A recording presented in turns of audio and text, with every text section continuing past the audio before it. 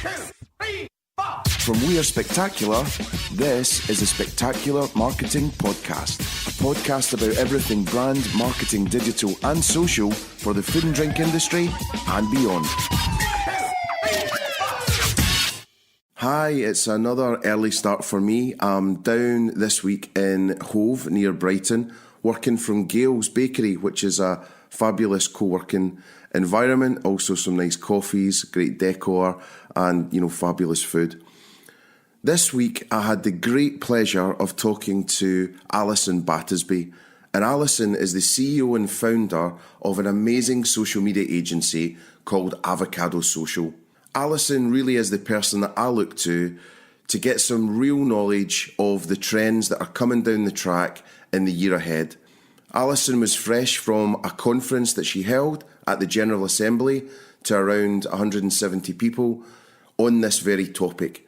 So everything that she's talking about is genuinely hot off the press and hopefully of big help and big assistance to you and your teams when you're out there trying to make social media work for you. I hope you enjoy all the tips. I hope you've got a pen and paper ready because there's a lot to note. Enjoy the podcast and I'll see you soon. Hello. Hello. Good morning. Good morning. Yeah. So pleased to catch up with you. Because it's always great. Great friend of We Are Spectacular, great friend of me personally too. And also, I think what's great with you is, in life, you've always got people that you look to who know more than you do about a subject. And for me, I've got friends in, about music where they, feed me great stuff that I would never have got to. And, every single time I talk to you, even for 2 minutes, I just learn so much about social and the trends and the way it's going. And I'm so, sort of grateful because it really helps our thinking when we are talking to our clients. So yeah, I'm just really pleased to have you to myself for an hour so that we can, just share your brain with everyone, which is great. We always have a good chat, don't we? Yes, well, we've actually spent an hour just chatting. We've literally just been speaking for an hour. Which we didn't record. So never mind, that's probably a good thing. So basically today, what we're going to be talking about is the hot social media trends of 2018. And, I think after your big session last night at the General Assembly, maybe slightly jaded. I ran an event last night called Hot Social Media Trends of 2018 down at General Assembly, which is in Whitechapel. That's where I do a lot of training and courses. And we had over 450 people registered to come last night. I think we got about 170, which is good for a free event. Fantastic. And we were talking all about chatbots and influencers and algorithms. So I'm very happy to share some of it with you today, Mark. Wonderful. So, just thinking about you and, what you sort of mean to us at We Are Spectacular, in life, we've always got people we look to tell us things about, music or films or, whatever it might be.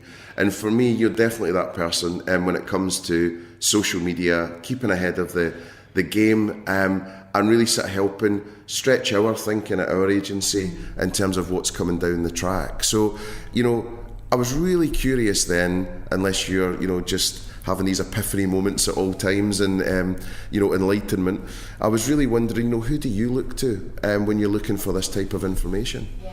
It's so important for me to keep plugged into this information because it's just so incredibly important to stay on top of the trends. I think when you look at all marketing tactics, social media is the one that just keeps changing at a constant pace. And if you don't stay on top of the trends, you will get left behind. And so I always I spend probably about an hour a day just reading blogs, keeping plugged into Facebook groups.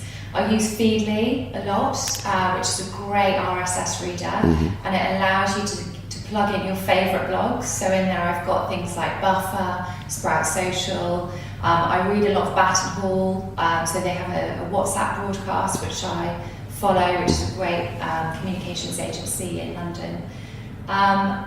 Just keeping plugged into a lot of experts and Facebook groups as well. So I combine all of that knowledge with my own findings, and then I'm just very happy to share that with anyone who will listen. Well, it is quite exhausting, you know. Yeah, it can be. And actually, I think in terms of just me personally, I do have to take weekends off as digital detox every now and again, just to make sure that I'm not on my phone constantly. And just, enjoy the real life experiences as well. Yeah, stay away from the Black Mirror. Yeah. So, today it's part of the Expert series that we're doing at Spectacular. And this one is like a really hot topic because out of everything, it seems to be the questions that people constantly have on social media. What am I doing right? What am I doing wrong? Am I doing enough? How do I stand out? How do I resource for it? What budget should I have? And it's so sort of interesting to see that everyone's really trying their best, but there's such a lack of confidence out there about what's actually happening and what's real. Yeah. So, what we were hoping to do in this, podcast was actually go through and say, right, here's the hot social media trends coming up. Here's the stuff to get really excited about and really focus on, but also going through it, maybe some tips and tricks as well that are maybe the things that are the hang-ups that some of the people have got out there as they're battling daily to try and do social, or they're questioning the return on investment of social. Yeah, I think a lot of people are quite confident in social, and it's such a hot topic as well because it's the place where we're all spending the most time. Yeah. I mean, just taking the tube into central London today, you can just see how many people are scrolling through Instagram, Facebook, Instagram Stories, WhatsApp. Yeah. It's LinkedIn sometimes. It's the area where we're spending the most time in social media. So, of course, it's the most competitive as well. Well, I saw an amazing stat from Matchpoint, which still makes people gasp when you put the slide up. And it said that we spend 220 minutes a day looking at our phones, which is, incredible. Exactly. And actually, Facebook recently shared at a conference they did in Brussels that the average Facebook user will scroll the length of the Empire State Building today, which is, just fascinating. But actually, when I think about how I use social media, I can totally see that. I wonder who measured it.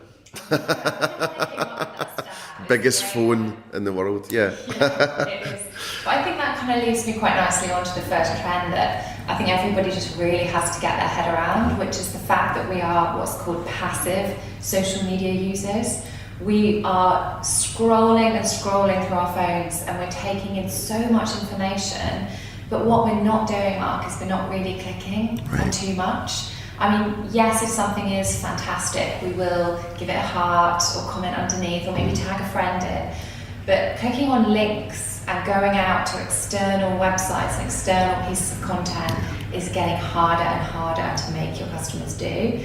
So I think that's something that all marketers should kind of take on board this year, is that just measuring your clicks on your content isn't going to tell you the whole picture. What you need to be looking at is your reach, your impressions, your video views. So how many people are actually just sucking in this information, but they're not necessarily reacting? And that's just a really important one, because I think there's a lot of people that go into social media thinking, right, we're going to get some sales, we're going to get some leads, when actually a lot of the time social media is really for branding and awareness. So getting people thinking about your brand on a regular basis, getting people talking about you to their friends offline, getting people to come into store, come into your restaurant or your cafe because of a post they've seen in social media. And so I think just that shift in our attitude towards social media needs to change and needs to be understood. I think it's quite interesting because, you're right, and it's definitely a lot of the operators that we speak to and the people that are in more commercial roles where, they're expecting it to be like direct mail, direct response.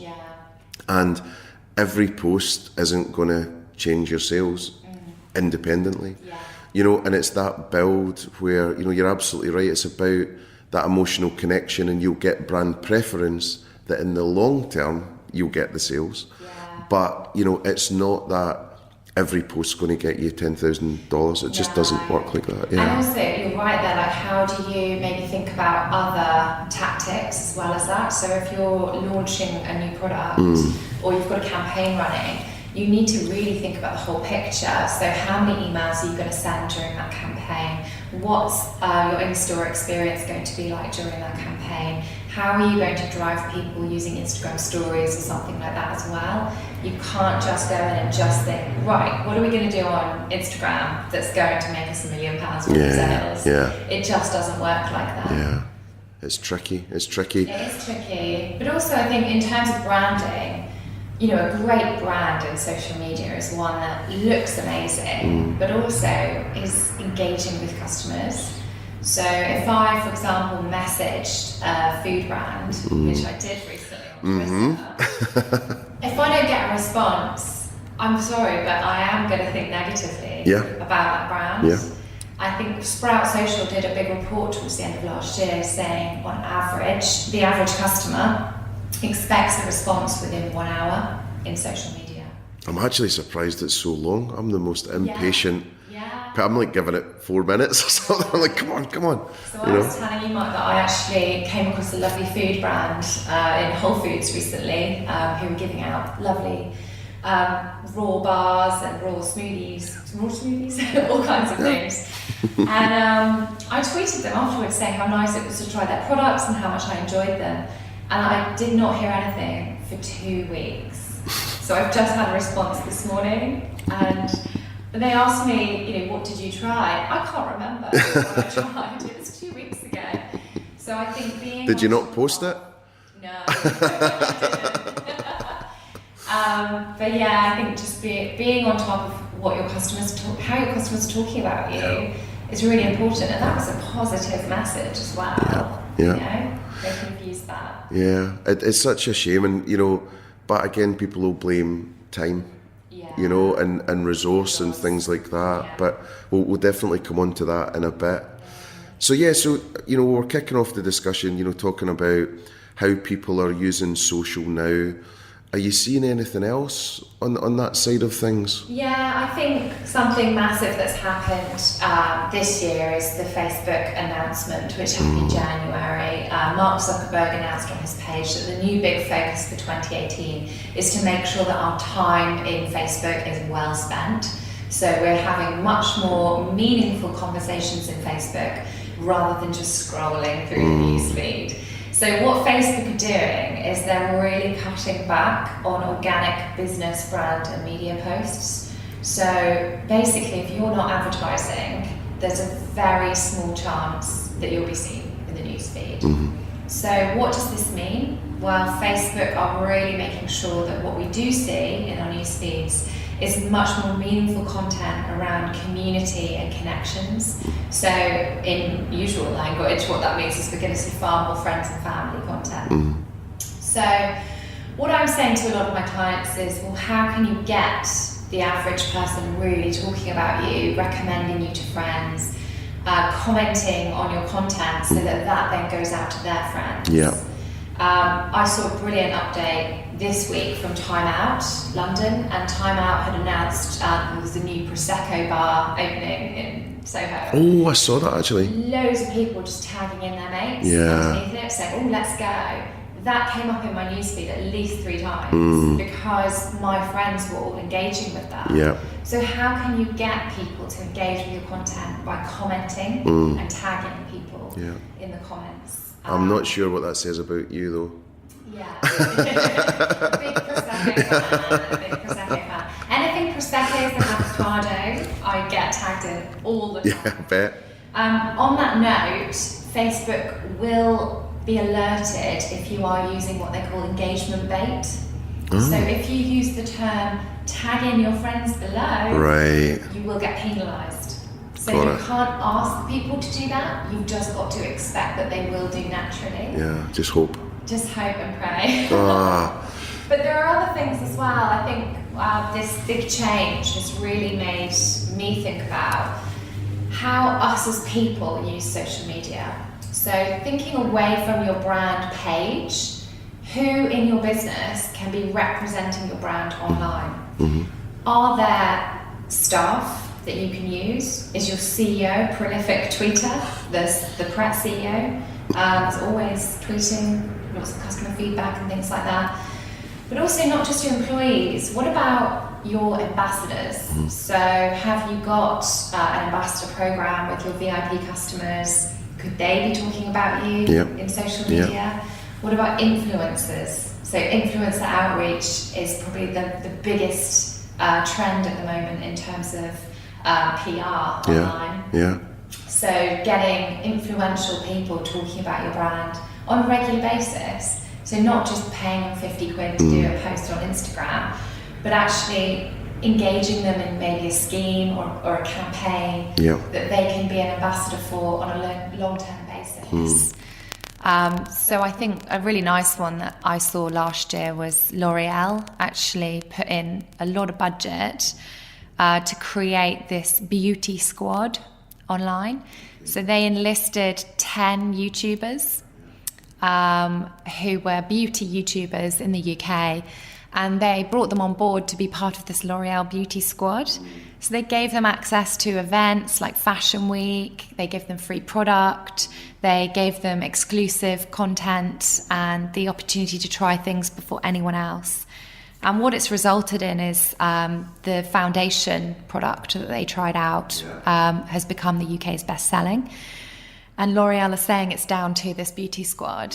So it's really thinking about if you haven't enlisted the budget for influencer outreach, maybe there's budget you're using elsewhere that isn't working for you. It's so interesting how history repeats itself, right? So if I think back to when I was a kid, up in Scotland, my mum was part of a scheme for boots. Okay. And what would happen was, I guess she would seen as an influencer, right? Back then, you joined up, I think you're one of the best customers, whatever. You got sent like unbranded things, so nail varnish remover or foundation or Okay. Tested it, then you said what you liked, what you didn't. And even back then, they were saying, because of you, this product then went on the shelf. No and way. Then, so I mean, I'm talking 30 years ago or something. That's amazing. Right? So using the influencers for that market research as well. That's really interesting. Yeah. So, and then quick fact, I actually set up the CEO of Pret's Twitter account. Did you? Yes. Oh, I love it. I didn't know that, yes, by the way. Clang, name drop. Yeah, and that's something that, he was asking just before Christmas, how can we get people to bring in their reusable cups? He's absolutely embraced it, and it's just so amazing to see, the cleverness of him. I think it took a little while to just kind of get into it, and then really out of it. Veggie Pret happened. I know. The coffee cup thing. 50p off your coffee if you bring in your own cup, which I did this morning. But I think one of the things I love about Pret is that they are really open to hearing that feedback from their customers. And they shout about the fact that they're asking us to decide on what Pret is and what Pret becomes and what products we like and what we don't like. And I think that's something that not enough brands are doing, letting the customers make the key decisions. And I think then when you look around, at the restaurant industry at the moment, and grab and go, there's a lot of people talking about closures, and that's where someone like a Pret, touch wood, just feels bulletproof. They just have embraced, it's customer first, team first, and then the truth of that is helping sustain the business, and they want to get better, and they want to involve everyone in what they do, and even on the inside it was like that. Even if it was a marketing campaign or it was a new food thing, or they involved everyone, to really get to that right decision. So I think it pays off. Where there's so many people just trying to run successful companies from a spreadsheet, and it doesn't quite work like that, so I think that's really cool. So influencers are a real hot topic at the moment, and some people just really kind of cringing at it, don't understand it, all the rest of it. And I was on a panel the other day at Olympia, and it came up, and influencer nights, do they work, did all this. So I'd be really interested to see what you're thinking in terms of, do they work? How do you get them? How do you get the right ones? How do you milk them for all they're worth, if I'm being very commercial out of it? But yeah, what's your game plan with this? I mean, something that somebody said at my event last night is, you can't measure the impact of influencers, when actually I would say you definitely can. So I guess it depends on what your objectives are. If you've got a particular product that you are looking for them to increase the sales of, then you can do things like giving them individual codes for their followers to use. You can use links in their bio that are tracked, so you can get the Google Analytics from that. So there are ways of measuring that. If you're perhaps going into it in a different way, so a really nice way that I think about going into it is perhaps to think about how these influencers are creating beautiful assets for you. So there's so many amazing food bloggers in London, and they can take photographs, cinemagraphs, Instagram stories really easily because they're experts at it. So how could you maybe enlist some of these influencers to create amazing content for you that you could then use on your own platforms or in other campaigns across the internet? So a platform that I've started using recently is called Whaler, and actually they were speaking at my event last night. So Whaler, which is WHALAR, like the whale. Yep. They're actually an influencer dashboard. So you can sign up to the dashboard and scroll through all of the influencers that they have on there who have been pre-vetted. They're influencers that create amazing content. They've got them all over the world, and what you can do is then approach them with a particular brief for your campaign, and you can be as specific as you want. So they were talking about some campaigns they've run last night for the likes of Bailey's drinks, Magnum ice creams as well. And the beauty is that once you've done that campaign with an influencer, you then have the assets for 2 years. So actually they was talking last night about a campaign they did with Deliveroo. And Deliveroo loved the assets so much that these influencers had created that they put them on London buses. Brilliant. So you're really getting the ROI back from using those influencers. And you're almost kind of treating these influencers like a design agency, as well as the fact that they have their own huge followers as well. So it's really thinking about what your objectives are out of this influencer campaign. I think with influencers, I'm definitely seeing people moving away from this pay an influencer one time to do one update. I think customers can see through that now. I'm just being sold to, they're obviously getting paid, £1,000 or £5,000 or whatever it is to do this post. So something I'm starting to see brands do more of, like the L'Oreal example, is actually to enlist a group of influencers for maybe a longer term campaign and actually getting them talking about them on a regular basis. So I'm doing quite a lot of work in the wellness industry at the moment. And something that I think is such a great idea that really brands like Lululemon and Reebok have led the way on is getting ambassadors like yoga teachers, PTs, dietitians to be ambassadors for a long period of time, like a year or 6 months, and they will get free product and they will be wearing the Reebok outfit to a gym class, but they will also be enlisted to talk about these products on a regular basis. So it's almost like the kind of it is exactly the same as using celebrities like Wayne Rooney, but you're actually picking, achievable real life role models here that people can definitely relate to. And it doesn't seem too salesy, it feels like a real slow drip sort of way that you'll just keep saying it. I mean, almost the way that I think it was Asics, did they became the marathon trainer. Sort of just by lots of people that you ran with or you looked up to, and it wasn't the huge celebs or the big campaigns, it was almost that bottom up. Exactly. Sort of way. And the beauty is as those people grow their influence, so does your brand. So a great example of that is Joe Wicks. So, Lucy B, coconut oil, he's been using that for at least 2 years. And as he's grown into like the UK's biggest and most successful fitness guru, so has Lucy B. So they've grown from this tiny little brand to this very well-known, maybe even the UK's #1 coconut oil brand. Maybe, don't quote me on that. I think other coconut oils are available. So I think the interesting thing, like with something like that, is you've got to just put a few bets out, don't you? Yeah, you do. And I think, was there not a coconut water a while ago got in with Rihanna like really early on as well? And then yeah. was it Vita Coco maybe? One of these. Yeah, Vita Coco. Yeah. So again, I think you've just got to back a few horses, and one might come in. Hey, I mean, for example, I was working with a smoothie bowl company recently, and getting them to think about yoga teachers and dietitians out there that maybe have, what you would call a micro influencer, maybe like 5, 6, 7,000 followers at this stage. Yeah. But you don't know, in a year they might be the next Deliciously Ella and have, I think she's got 500,000, maybe more. Oh. So it's very important to make sure that you're starting to think about this now. And even if you haven't got the budget yet, or you haven't come up with a plan yet, just start to identify who fits well with your brand, who's creating great Instagram posts or great Facebook Lives that could really complement your brand. Yeah.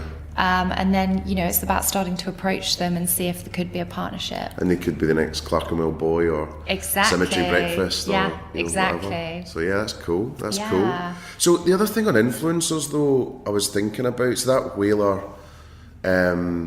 example's great, and actually it's something, I'll be using as soon as I get back to the office, and having that phone directory of influencers I think is really helpful. The other thing, was thinking about employees. So you've got a mobile army there. Yeah. What would you say about that? I think it's about empowering your employees so that they have the confidence to know what's allowed and what's not. So for years we've sort of been saying to employees, don't tweet, don't say you work for the company, just keep everything separate. And it was even in contracts, right? Yeah, a lot of people have a policy which employees had to sign. And something that I think, this started being talked about a couple of years ago now, but we're starting to see it go a lot more mainstream, is having these spokespeople within your business that have the tools and the confidence and the training that they need to be able to talk about your brand in a positive way from their own personal accounts. So I actually saw an article a couple of weeks ago in PR Week, and it was all about getting your C-suite to actually be much more active in Facebook groups. So I thought that was really interesting. Scary. Do you feel comfortable that people will be able to represent your brand accurately in conversation using their personal Facebook profiles? Maybe that's something that's right for your brand, maybe it's not. But if you have 1,000 people working for you across the country or something like that, then it's a no-brainer to get people talking about the fantastic new additions to your menu or your latest hotel promotions online or competitions. But I would say it does need careful consideration, and there need to be some rules in place as to what's appropriate and what's not. Because I do think there's still quite a lack of knowledge in terms of how many people can see your posts, what's the difference of going live on Instagram to everyone or doing it from a private profile, and what are some of the considerations. So, I mean, there've been a few mistakes where people have perhaps gone live on Instagram or Facebook and haven't really considered the environment they're in. Right. Maybe it's a completely private environment, maybe it's somewhere they're not allowed to be on their phones. I was training Brighton ladies football team recently. Oh, were you? And I found it really interesting. They're not allowed to use their phones in the changing rooms. No, that's a policy with a lot of football clubs. Yeah, exactly. So no Instagram stories within the changing rooms there. Just really, really interesting stuff that's obviously so bespoke to every company.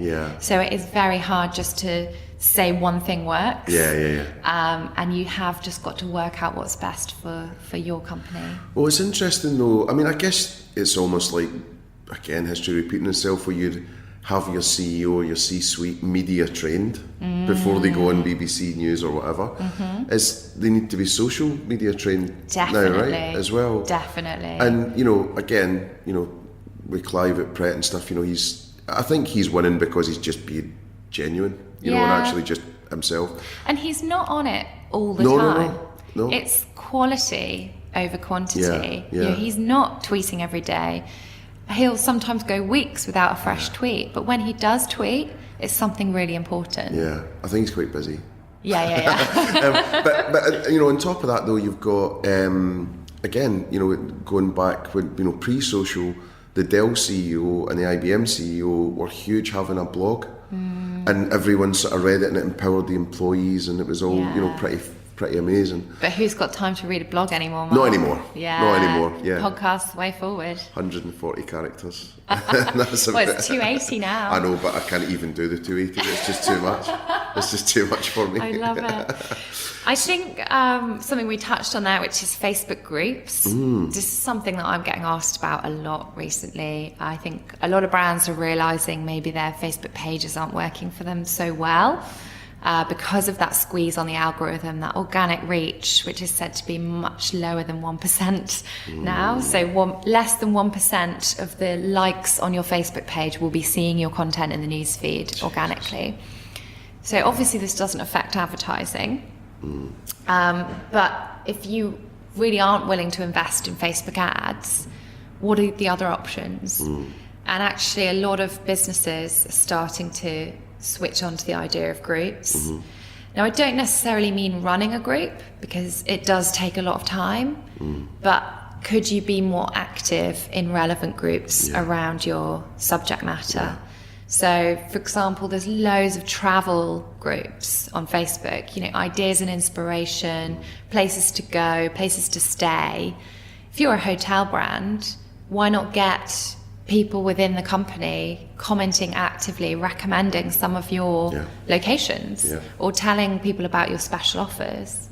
We were sort of chatting a little bit before the podcast, weren't we, Mark, about maybe this will become a full-time role, to be almost like a chief outreach officer, where you're sat in Facebook groups all day, looking to see where that opportunity is to talk about the brand in a genuine, non-salesy way. It's sort of like, care in the community, as it was, or, you know, getting out into the community and but meeting people virtually. And, you know, something, and it really opened my eyes when, you know, we moved recently down to Brighton, and the whole thing is pretty much ruled with, there's 3 local Facebook groups.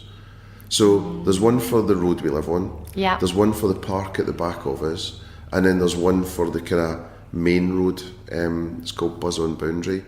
And basically there, it's just this hotbed of people, some people asking really stupid questions though, where it's like, you know... What days the bingo's out? Oh, no, not even, it's like, where do you think I could buy nails today? You know, it's like, be cute or whatever. So, but a lot of the time it is, you know, I'm going out with the girls tonight, where's good for a bar? And you would be just, you know, not getting too commercial, but you'd be shooting fish in a barrel. You know, where you'd just be able to go in and go, hey, you know, fabulous new bar, Hicks and Greens just opened. You know, they could be in there all day long, or the railway in the pub, or, you know, all day long they could be in there. And legitimately, because they're local, they could be in that group. But then if multiply that by 1 million groups or whatever, 2 million, 10 million groups over the UK, then it's hard if you are a central London company to get into those groups where your hotel might be. So it's just then figuring out how you could incentivise, motivate a member of staff, as you're saying, to then look legit. But not posting, you know, a flyer, but just... but actually genuine conversations. And that's the difference, isn't it, between just doing that from your brand Twitter account to actually having an individual who looks genuine, who is genuine, who knows the area, or can be trustworthy. And it's really that difference between you shouting about your brand from a brand owned property versus the trust in someone else actually recommending somewhere to stay. Definitely. I think that's really a big shift that a lot of people need to get their heads around. I still come across, you know, startups, businesses that come to me and say, you know, look, we've got this Twitter account, or we're on Instagram, but it's not really working. What can we do better? And I'll look at their posts, and they're just all sales messages. You know, 2 for 1 tonight on these cocktails. Come in for a burger on Friday, and it's just a bit. Looks same. desperate. It's samey. It looks desperate. It doesn't stand out. There's no wow content. And there's no kind of genuine reason why we should be going there.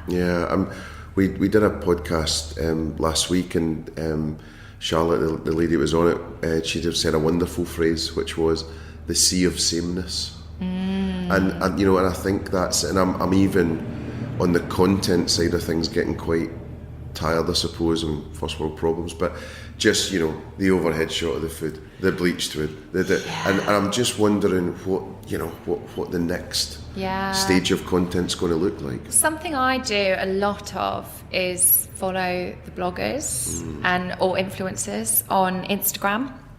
So if you're following a lot of big influential bloggers, often you can start to spot trends quite early on. Particularly fashion and food bloggers, I think they just really have a grip on what tools to use, how to stylize an Instagram story well. They'd be kind of the first ones to test things that have come out for the first time. And they'll give you a really good insight as to how people are taking photographs of food or how people are creating content. So I follow ones like Wish is great on Instagram. She very early on started using different fonts in Instagram stories. So she was using a tool called Hype Type, and I can send you the links to all of these. There'll be a follow-up, And Hype Type allows you to use a different font in Instagram stories.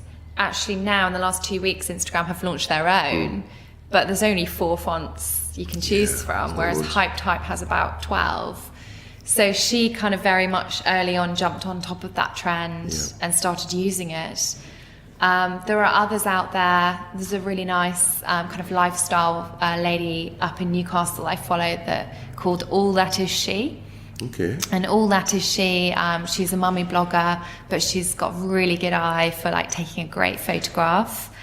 So do go and check her out for a bit of inspiration, because I agree with you, these samey photos of burgers and photos of avocados on toast, they're getting a little bit tired. I think it's that old thing that if you're a kid at school and there's a playground joke, but then the teachers end up saying it in class, it's kind of got to that stage where it's just completely jumped the shark, you know. And that's a great what would you call that? Simile, metaphor? One of those. Yeah. One of those. So yeah, that's cool. And then what about sort of live and messenger and all these things? These are questions cropping up from our clients and you know, in panels and talks quite a lot these days. Yeah, so Facebook Live, I think a lot of people are kind of thinking about it as a strategy this year because it's just proven to get such high engagement. So whenever you go live on Facebook, typically you are gaining a lot of comments through that video, therefore the algorithm's really liking it and is sending it out to more and more people. So lives generally do very well, but I do think you need to be wise about when you're going to go live. So for example, you can't just decide to go live off the cuff. You've got to really plan for it. There are a few things I'd think about. So the lighting of where you're going to be going live, microphones, thinking about the content of that live. Are you really giving some very meaningful, entertaining or insightful content away? Otherwise there's no point. You know, I'm not just going to watch a live of you kind of like eating a burger or something like Someone's that. Someone's double chin in their feet. You know, you're just like, come on, guys. Exactly. But actually, I would tune in if you were about to make a massive announcement and there would be a chance of winning something, or perhaps if you were giving away a load of really interesting insight, or maybe doing something like a cookery course, showing me how to make something. I think Martha Stewart in the US has done quite a few of them. With Snoop. Done very, very well. Who else has done some great ones? I'm just trying to think. I mean, it's something that not a lot of people in the food and drink business are doing very well. This is super interesting, and it's something I've been thinking about. So we together did a social media course for Propel last year, and I actually made a mockery of Facebook Stories, and Facebook Live, because it wasn't going that well, and I thought, that's not working, screw it kind of thing. And actually, the smarter bit now is if you look at it and you go, actually, lots of people aren't using it or using it well. Therefore, if it does come up, it's kind of like when you got your first batch of emails when you were younger. It's like, wow, I'm going to open every single one and this is amazing. And, you know, and now actually looking at it, it's like, well, if lots of people aren't playing there, you should put a gamble on it and just see what happens. And as you're saying about, you know, some of the bloggers you were looking at there are talking about, you'll get, if you do it well, you'll really stand out. I mean, really. And also, you know what you're saying there, just screw the webinars. Just sack off webinars, do everything do from it through there, Facebook. you know? I think Jamie Oliver's done a few good ones. I mean, obviously he's got a huge team around him and a lot of practice. But I'm starting to see, I said I was working a lot in the wellness industry. Brands like Neil's Yard Remedies, they've done some fantastic ones where they've got real experts on and asked them really useful questions, getting tips and advice. There's some great food bloggers. Madeline Shaw, for example, I follow. She does a lot of great lives where she'll share, again, a lot of tips and advice. I think really it's thinking, what useful insight do we have, or what would people really want to tune in to watch as well? I think London Fashion Week will see a lot of big brands going live for that, to reveal content that we've never really seen before. Like, what happens backstage? It's like the changing rooms. Yeah, what happens in the changing rooms? What happens in the back end of your kitchen? I've been following a brand recently, a recipe box called The Mindful Chef. Yes. Yeah. I've actually seen you posting about it. Yeah, I think they're doing a really nice job in social. And one of the things I really like is this kind of founder's story. So they're very good at sharing what their two founders are up to, whether that's recipe testing, whether that's kind of going and meeting other brands that they're kind of partnering with, like their meat suppliers and things like that. Yeah. And that's, you know, a great opportunity to do some live conversations there. You know, come and find out exactly where we get our meat from. Come and find out exactly how our vegetables grow. Yeah. And to me, as a customer of theirs, that's interesting because I want to know where my food's come from. So that's a nice brand to go and have a look at, definitely. And so what about the inbox? Yeah. Messenger, and as a brand marketing guy, I really want to get in there, and I kind of don't know how or what. So what are you thinking about that? Well, last night at my talk, I had a very interesting agency come along who develop chatbots for brands. So they've done some great stuff with Volkswagen and also Merchant Gourmet. Yeah. So what this means is they're developing tools to allow customers to get sent automatic messages through Facebook Messenger. The customer has to opt in first. So I'd have to go to Merchant Gourmet's Facebook page, message them, and then I would get a number of conversations back. And obviously this might kind of fill you with dread, thinking, oh, it's going to be all automated and the customer's not going to enjoy it. But it's come so far in the last 2 years. You can really generate a lot of decent content through automation, but also thinking about, are we getting asked the same questions over and over again from our customers in Facebook Messenger? Yep. Easy things like restaurant opening hours, or have you got a gluten-free menu?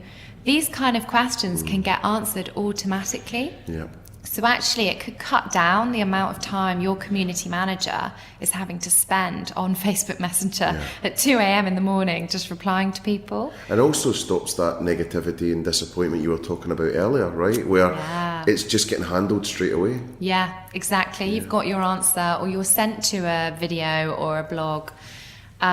So one of the companies I noticed recently using that is Shake Shack, the burger restaurant. So you can message them and get automatic replies to some of their most frequently asked questions. Pizza Express, you can book a table through Facebook Messenger. Great. So these sorts of automatic tools are being developed for all kinds of brands at the moment. KLM is actually the first one to use it for WhatsApp. Okay. So you can WhatsApp KLM and get your boarding pass WhatsApp to you, you know, on the way to the airport. So there's no more faffing about with a printer. Or you could message them on WhatsApp just to kind of ask if the flight's been delayed or what gate should I be at, and they will be sending automatic messages back to you. KLM seem to be a real leading light from day dot on this stuff, and think it was one of the first to do the tracking your luggage, and I think they got back to you within 16 minutes or something like that. I mean, they're like really pushing boundaries, and then one of the main reasons is because they were having to spend so much time on social media just replying to the mundane everyday requests. Yeah. So they really thought about, is there a better way of doing this so that our social media team can spend more time in groups, in travel groups, or doing Facebook Lives, or creating fun Instagram stories, as opposed to replying to the everyday complaints or usual questions. So with chatbots, I think we're going to see a huge amount more. I mean, Lego, M&S, and ASOS tested out Christmas chatbots just at the end of last year. So everybody's kind of dipping their toe in the water. But I think, okay, it might be a big initial investment. You're talking over 10 grand to develop a decent chatbot. But thinking about the time that could actually remove from your team could be invaluable. Definitely. And also, like you said, the customer experience. Something that Facebook is using a lot for inspiration is the app WeChat in China. So WeChat has developed very, very quickly. People are booking flights, train tickets, buying clothes, paying their friends back money they owe them, and buying houses through WeChat. Facebook's just started testing out payments in Messenger. Okay. So this is potentially the way forward for Facebook Messenger, maybe for WhatsApp as well. Could be amazing. So yeah. Very cool. One to keep your eye on, definitely. Very cool.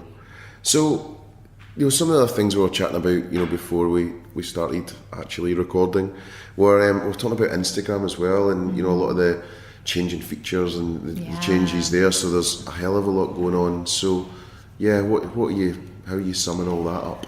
I mean, one of the things I've definitely noticed this year is the sheer amount of Instagram stories that are being produced now by individuals and also by brands. And the great thing about Instagram stories is they appear on your home feed. So you log into Instagram, it's the first thing you usually look at, whose little logos are right at the top of your home feed. Instagram recent stats have shown over half of Instagram users, and they're going to hit 1 billion users this year, over half of them are using Instagram daily and are logging into stories. So typical behaviour I've spotted around London is literally just scrolling through all the stories and not maybe necessarily going to individual profiles. Yeah. So if you're not doing Instagram stories and you're just doing your grid, which is your main profile, you're really missing a trick here. Yeah. And so along with the kind of increase in use of Instagram stories, I'm seeing a lot of brands getting better at them. Yeah. So much more considered about the brand, the text, the font they're using, the colours. Are these GIFs and stickers we're using, are they on point? Yep. Or are they a little bit random for us? What kind of stylization are we going to use in every Instagram story? So it's this very memorable experience that you're creating. So some brands that do it really well, I love what Pret are doing with Instagram stories. If you follow Deliciously Ella, take a look at her Instagram stories. She does it really well. Really thinking about what colours and fonts you're going to use on a regular basis, and also how you tell that story from frame to frame. Yeah. So not just posting one photo, but actually a series of maybe 4 or 5 pictures that really get your point across. Tagging people in Instagram stories and using hashtags is really important because it just generates more reach, more impressions. I think that's worth saying again though. So tagging people and using hashtags and location if you can in your Instagram stories is absolutely vital. Yeah. Otherwise you're kind of shouting into a cup. Exactly. No one's going to see them. No. So actually something I read yesterday, Mark, so this is fresh insight. Hot take, is you can use up to 10 hashtags in an Instagram story. So you can imagine that looks pretty ugly, right? If somebody used 10 hashtags. So what people are starting to do is... You're going to tell us something amazing now. Well, people are starting to hide them.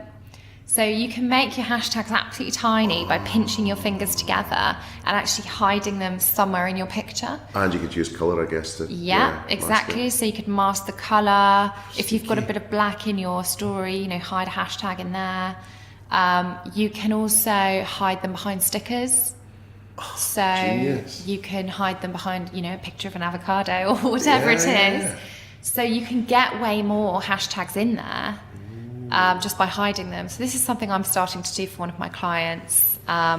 We'll post a picture and we've got maybe 4 or 5 hashtags we use on a regular basis, and we'll hide those behind maybe a bit of text about something else, or a picture, like a sticker. Yeah.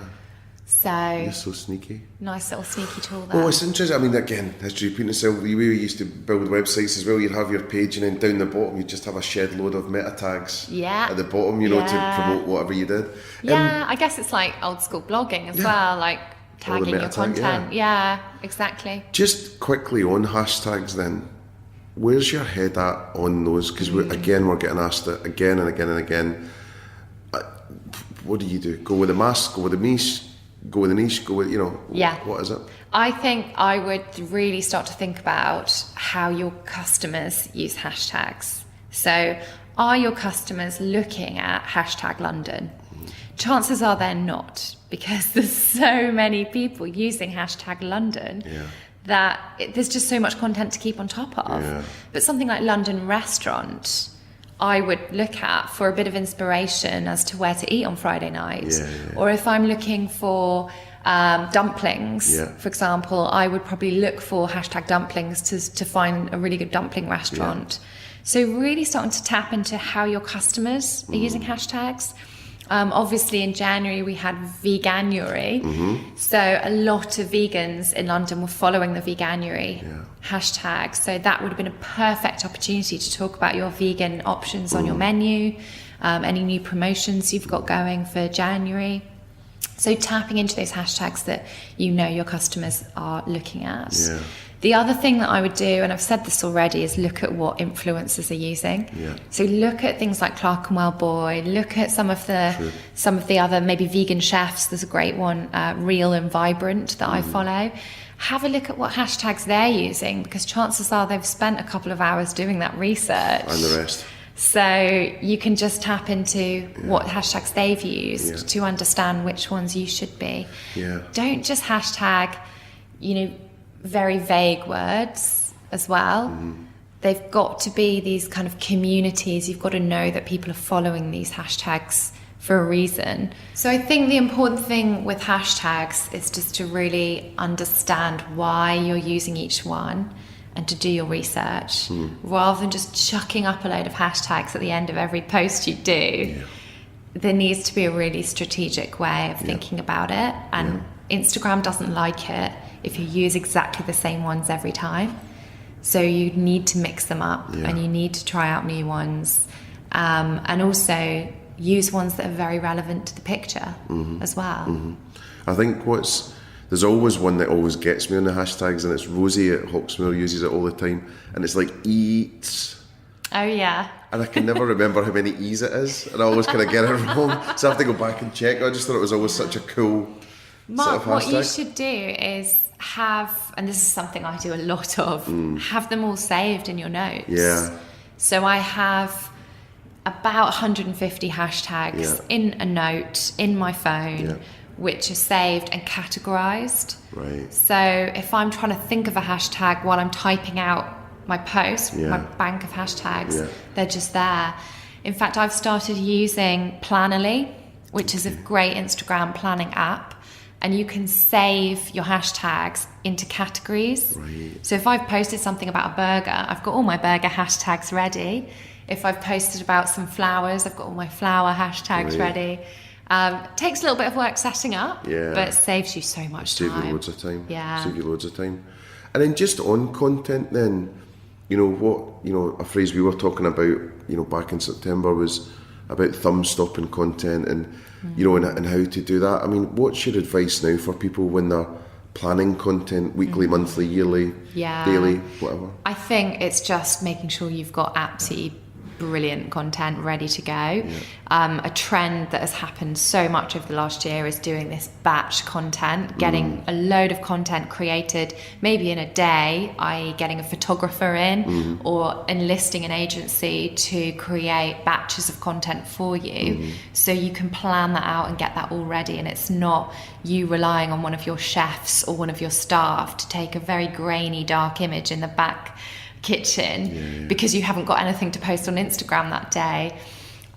There's a lot of amazing photographers in London who are offering this kind of, I'll come in for a day and do a photo shoot of all of your food. That's good. And then you'll have 300 photos ready to go on Instagram. 300 in a day? Yeah. But yeah, I think people really need to understand that on Instagram particularly, your content needs to be amazing. People want to scroll through a beautiful feed in the food and drink world. And if your content isn't up to scratch, people won't follow you, people won't engage with you. Yeah. So, Well, I saw, I mean, it was something actually you brought to my attention before, and, you know, that when you're in the grid of Instagram, seeing that pleasing colour palette of whether it's just, you know, all these hues of millennial pink, as we've talked about before, and all these things. But there's one that really caught my eye, and it was Grace Dent had posted about this new opening in Covent Garden, and I think it was almost like Eats by Chloe or something like that, and it's a burger. okay. And as you go through it, it's actually really pleasing. Like, she does it in sets, so you know, 20 of the photos are like sharp red, pillar box red, with the images which are just, you know, high-end fashion shots, but it's food. She's in like a bath of fries all around her face, and and then the next one goes down and it's in a sharp blue, and then it's sharp green, and she's got this kind of like almost seasons thing going on. That's a trend I've seen quite a lot. I would say it takes a lot of planning, consideration, so you do need to work out if you can commit to continuing that before you get going. But there's other brands out there, like for example, I'm following this great little drinks water brand called Dash, and their Instagram Dash Water is beautiful because it's got their brand kind of sewn into it throughout. And there's a number of brands that are doing that well, like the Coconut Collaborative. They do that really nicely, so it's not too salesy, but you see a lot of their product packaging and colours as you scroll through the Instagram, mixed in with lifestyle shots, inspirational shots. So it's a very well curated feed. I think curation's such a good word for it, and I think, you know, people are just undervaluing it, and they don't realise that every post, you know, might take you an hour. It might take you 2 hours. So that's, you know, really tricky. And then in terms of content calendars and things like that, have you got any tips for people on that? Yeah, I mean, something that I know a lot of food and drink brands are hot on is these kind of national days, national events and trends, so that you can sort of plan content around, you know, Pancake Day, or make sure you know when it's going to be Nutella Day, or National Burger Day. So I think a lot of that is understanding when these days are and what it is that you've got promotion-wise or just content-wise ready to go. And you're not just posting something at 4 o'clock that day, just jumping on the bandwagon. You want to be the people that are announcing, hey, today is Burger Day at, you know, 7 in the morning, 8 in the morning. You want to be the first ones to say it. Or, you know, being a really greedy marketer, I'd maybe even try and go a couple of days to, you know, you do a pre, during and post. Get more out of it. You know, rather than one coming day, up. You know? It could be that you build content and then you go live on the day. I actually developed for 2018 a calendar that you can download, which has all these days in it. So I'll definitely send you along a link to that with the podcast. So just being organised and planning this stuff. If you do see something and it's trended and you haven't said anything about it yet, and you think, do you know what, it's too late, write it down and know about it for next year. Don't feel like you have to jump on every single bandwagon because you don't want your customers to feel like, oh, another day. Here they go. So maybe pick a handful that you're really going to focus some key content on. I think that's far more meaningful to your customers than just doing a little post on every single national day. National Carrot Day or whatever.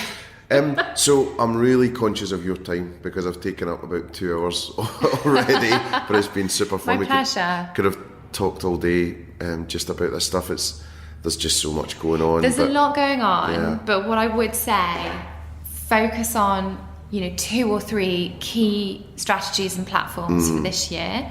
Don't try and do it all. Yeah. You can't. Yeah. It's impossible. Yeah. I mean, someone said to me the other day, "Oh, you don't do much on LinkedIn, do you?" And I was like, well, gosh, you know I've what? only got 2 arms. There's only me, and I have my very active Facebook group, which I've got to be honest takes a lot of my time. Which is called? It's the Avocado Social Media Hub, which you can join for free. And in the hub, we have so many great minds. There's a lot of social media consultants, there's a lot of brand managers, there's a lot of PR consultants in there. There's a lot of startups. Yeah. So all kinds of businesses looking to improve their social media skills, be on top of the news and the trends, and just get a bit of help and meet each other as well. Great. Yeah. Well, thanks so much. It's been an absolute pleasure to catch up and just share all of your knowledge in terms of the hot trends for 2018. So again, please check out Avocado Social. Thanks so much for being my guest today on the Expert series. And we'll catch up soon. Definitely. So there you have it, some incredible insight and information from Alison Battisby, who's the CEO and founder of Avocado Social. The standout points for me were how people are passively scrolling now, so it's going to get harder and harder for marketers to really connect and really drive that sale. It really is going to be a long-term game.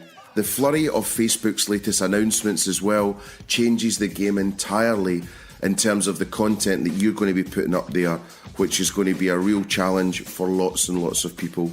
Finding influencers also has never been easier with Whaler, which is a really great tool for you to get the influencers that you deserve to integrate and connect with your brand. Also, groups and Messenger are just going to become more and more prolific. So really thinking about how you can be part of that would be really exciting and beneficial to your brand. But the one takeaway really was get your strategy straight. Make sure you've got a brand DNA in place, you know who you are, and that your strategy is built for the long term. Thank you so much for listening. I'm Mark McCulloch, and this was Spectacular.